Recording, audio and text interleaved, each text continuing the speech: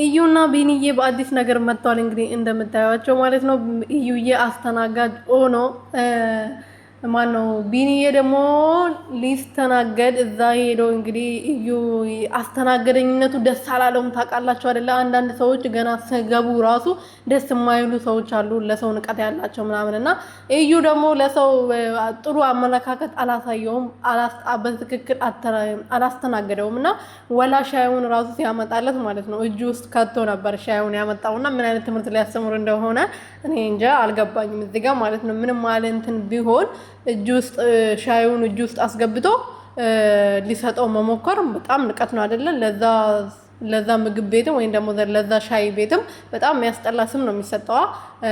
ቢሆንም በትክክል ሊያስተናግደው ይገባ ነበረ። እዛ ጋር ጥፋተኛው ቢኒ ሳይሆን እዩዬ ቀብራራው ነው። ሰላም ሰላም ቤተሰቦቼ እንዴት ናችሁልኝ? እኔ ያለው እግዚአብሔር ይመስገን። በያላችሁበት ሰላማችሁ ብዝት ትርፍርፍ ይበልልኝ።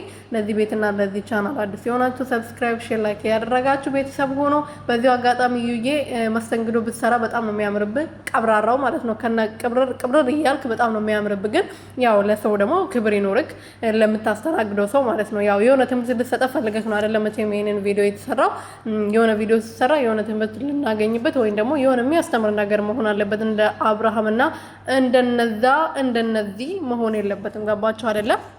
በነገራችን ላይ ሩቲዬና አብርሽ በመጣጣሉበት እንትን ላይ በጣም ብዙ ነገር ተምረናል። በተለይ ደግሞ ከሩቲ በጣም ብዙ ነገሮችን ተምረናል። ሴት ልጅ ምን ያህል ታጋሽ እንደሆነች፣ ምን ያህል ለልጇ ለቤቷ ምን ያህል መጣር እንዳለባት በደንብ አድርጋ አሳይታናለች። መጠንከር እንዴት ብዙ ቻሌንጆችን አሳልፈን ቆመን መሄድ እንደምንችልም በደንብ አድርጋ አሳይታናለች ብዬ አስባለሁ። ትምህርት ለሚወሰድ ሰው ቪዲዮ ለገባው ሰው ማለት ነው ይሄን የተናገርኩት።